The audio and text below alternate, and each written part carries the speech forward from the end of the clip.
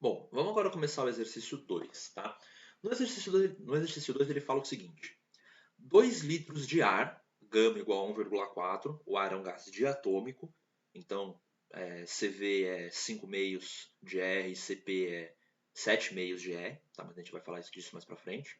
Nas condições normais de temperatura e pressão, isso significa que a temperatura é 0 graus Celsius, ou seja, 273 Kelvin, e a pressão é de 1 atm, ou seja, 10 a quinta Pascal, sofrem uma expansão isobárica até um volume 50% maior, seguida de um resfriamento a volume constante até baixar a pressão a 0,75 atm.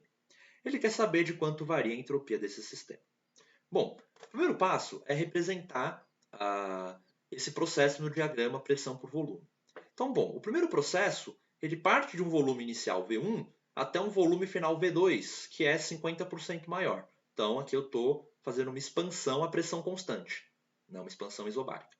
Depois, o que vai acontecer? Vai ter um resfriamento a volume constante e a pressão vai cair para 0,75 atm. Então, a pressão que inicialmente era P2, que é 1 atm, cai para P1, que é 0,75 atm.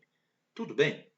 Então, a gente tem aqui o estado inicial A, uma transformação isobárica até um estado B, intermediário, depois uma transformação isocórica até o estado final C. Tudo bem? Outra coisa que a gente precisa lembrar é que a variação infinitesimal da entropia, ds, é igual a dq sobre a temperatura. Se a gente quiser calcular a variação total da entropia, a gente precisa integrar essa relação aqui. Tudo bem? E a gente vai fazer isso. Vamos olhar primeiro para o processo de A para B.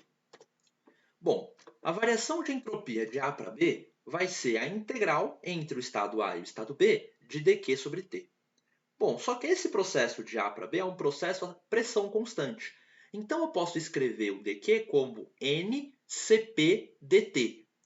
Como o Cp é constante, ele sai da integral e fica nCp fora da integral de dt sobre T.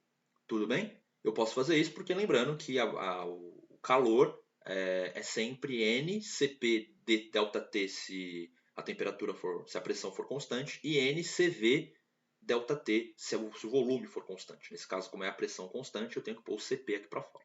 Bom, aí a gente tem que fazer essa integral. Essa integral é fácil. Integral de 1 sobre t dt é ln, então fica ln de tb sobre ta. Tudo bem? Bom, só que eu não tenho essas informações de tb e ta. Mas olha o seguinte, de A para B é uma transformação isobárica.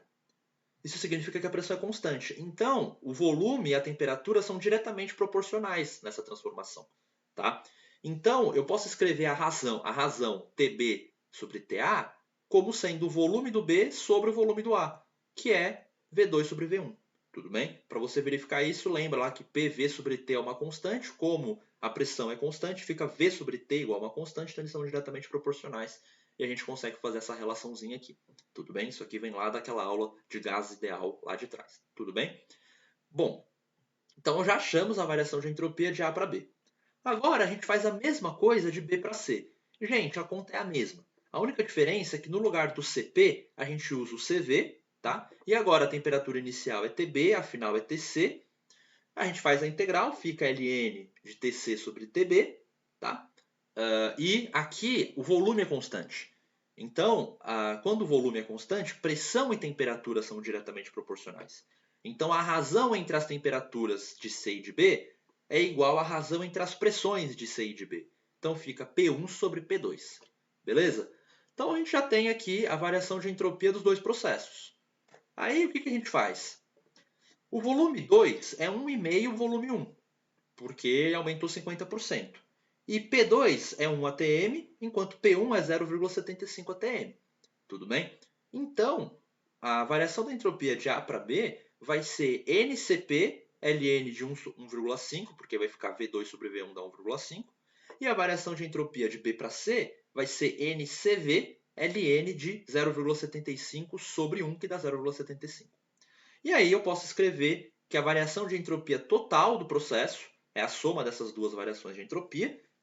Ponho o N em evidência, fica NCPLN de 1,5 mais CVLN de 0,75. Tudo bem? Agora a gente vai ter que olhar para esse N e para esse CP e esse CV. Tá? Bom, como que a gente vai fazer isso? Como o gás é diatômico, γ é 1,4, a gente sabe que o Cp é 7R sobre 2 e o Cv é 5R sobre 2. Então o que eu faço? Eu substituo Cp igual a 7R sobre 2 e Cv igual a 5R sobre 2. O R sobre 2 sai em evidência, então fica NR sobre 2, 7 ln de 1,5 mais 5 ln de 0,75. Tudo bem? Só uma informação que eu esqueci de dar antes. O ln de 1,5 é um número positivo, enquanto que o ln de 0,75 é um número negativo. Isso significa que de A para B a entropia aumenta e de B para C a entropia diminui. Tudo bem? Bom, o que falta agora é a gente descobrir quem é o N. Né? Como que a gente faz isso? A gente vai usar a informação que na situação inicial a gente estava nas chamadas condições normais de temperatura e pressão, a famosa CNTP, e que a gente tem 2 litros de gás. Então o que a gente faz? A gente escreve o seguinte: olhando para o ponto A, que é a situação inicial, apenas na situação inicial a gente estava na CNTP, a gente pode escrever que PAVA é igual a NRTA, relação dos gases ideais. Bom, eu poderia encontrar o N, porque a gente sabe quem é o R. Porém, para encontrar o N, eu vou ter que usar o R e depois eu vou ter que multiplicar pelo R de novo. Então vamos achar o NR direto. Tá? Isolando o NR, eu tenho PAVA sobre TA. Bom, PA é a pressão de um ATM, 1 vezes 10 a quinta Pascal. VA é o volume de 2 litros, eu converto ele para metro cúbico, por isso que eu ponho 10 a menos 3 aqui. E a temperatura é a temperatura das condições normais de temperatura e pressão, que é 0 Kelvin, é 0 graus Celsius. E o 0 graus Celsius é 273 Kelvin. Tudo bem? Bom, fazendo essa continha, a gente acha que o NR é 0,733. Bom, aí agora é só pegar esse valor e jogar aqui.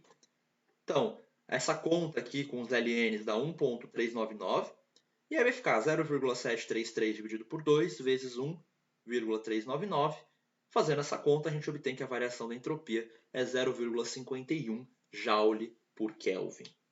Tudo bem? Então, a variação de entropia desse processo é 0,51 Joule por Kelvin. A gente vai ter uma variação positiva de A para B, uma negativa de B para C. Quando a gente soma as duas, a gente obtém uma variação total positiva. Então, nesse processo de A para C, a variação, a entropia do gás aumentou.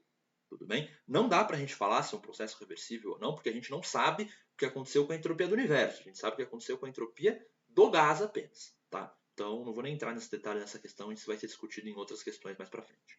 Tudo bem? Então, esse problema era só isso.